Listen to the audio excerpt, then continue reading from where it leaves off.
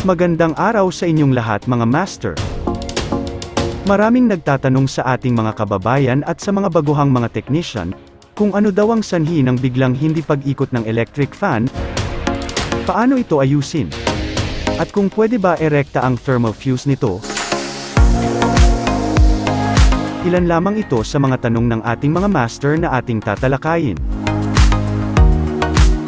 Halina at ating bigyan ng liwanag ang mga katanungang ito.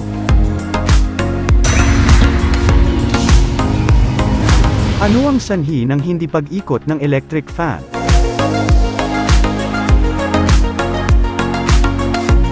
Ayon sa mga eksperto, ilan sa mga sanhi nito ay ang pagka-overheat ng fan coil, dahilan ng pagka-open ng thermal fuse. Ano nga ba ang thermal fuse, at bakit mahalaga ito sa coil ng electric fan? Trivia muna tayo mga master. Ang thermal fuse ay inimbento ni Luis V. Lucia sa taong 1934. Ayon sa Wikipedia, ang thermal fuse ay isang cut-off na gumagamit ng isang beses na fusible link, hindi tulad ng isang thermal switch na maaring automatikong i-reset ang sarili nito kapag bumaba ang temperatura.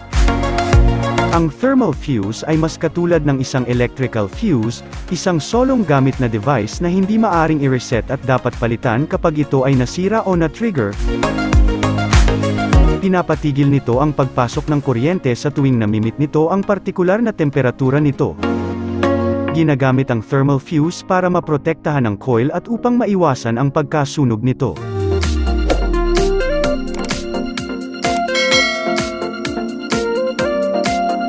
Pwede bang erekta ang thermal fuse? Ayon sa mga eksperto, ang pagrerekta ng fuse ay nagreresulta ng puwersahang pagkasunog ng coil. Kapag wala na itong thermal fuse, ang temperatura ng coil ay wala ng limitasyon. Ano ang posibleng replacement nito? Ayon sa mga eksperyensadong technician, gumagamit sila ng hair-thin wire. Ito ay kasing nipis ng buhok. Nagsisilbi itong protective device kapag ang coil nito ay nagkaproblema, at safety precautions sa nagmamay-ari nito.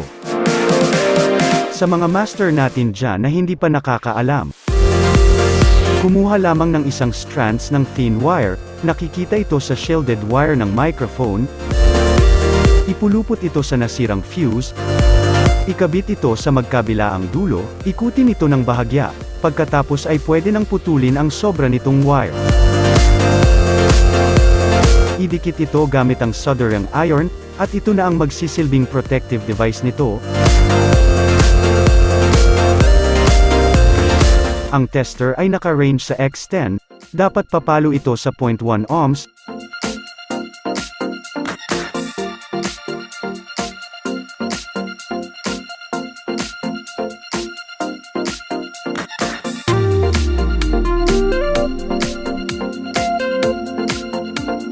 Ibalik ulit ang spaghetti tube nito para maiwasan ang short circuit.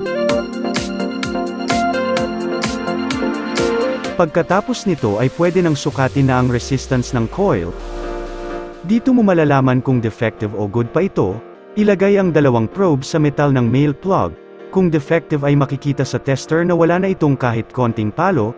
Tinatawag ito ng mga technician na open coil, ibig sabihin, may naputol o nasunog na linya nito. Kung good pa ito ay papalo ng bahagya ang metro ng tester.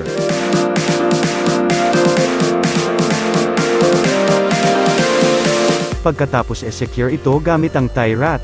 Ito ay maghihigpit sa mga wire para hindi ito magkakahiwalay. Maaari ding gumamit ng nylon para sa mas epektibong pantali para rito.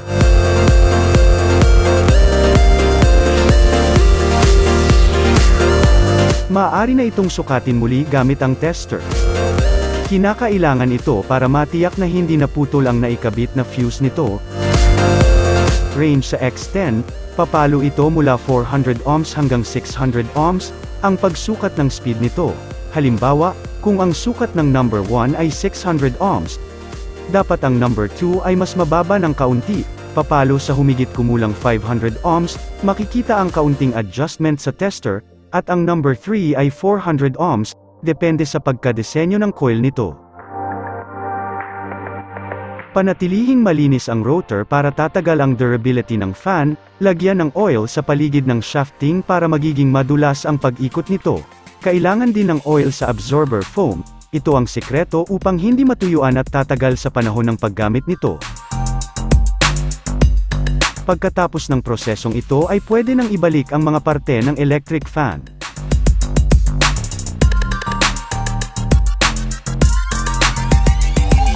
Kung ang fan mo ay mahina ang ikot, kailangan mong panuorin ang bidyong ito. Ang link ay nasa description box, dito na ituro kung paano ito ayusin, at ano-ano ang mga sanhi nito.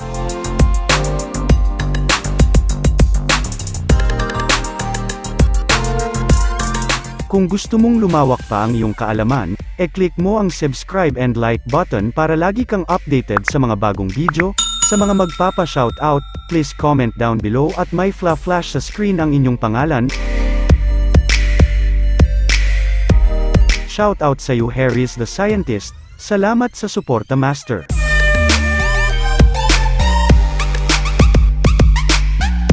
Pagkatapos may kabit ang mga parte nito, isaksak ito sa kuryente upang e-check ang speed nito. Ang prosesong ito ay tatagal ng 5 hanggang 10 minuto. Kapain ang coil kung mainit o normal ang temperatura. Kung sobrang init ay maaaring may depekto ito sa mismong coil at kapag ito ay katamtaman ay maaari na itong takpan at linisin. Ready to use na mga master.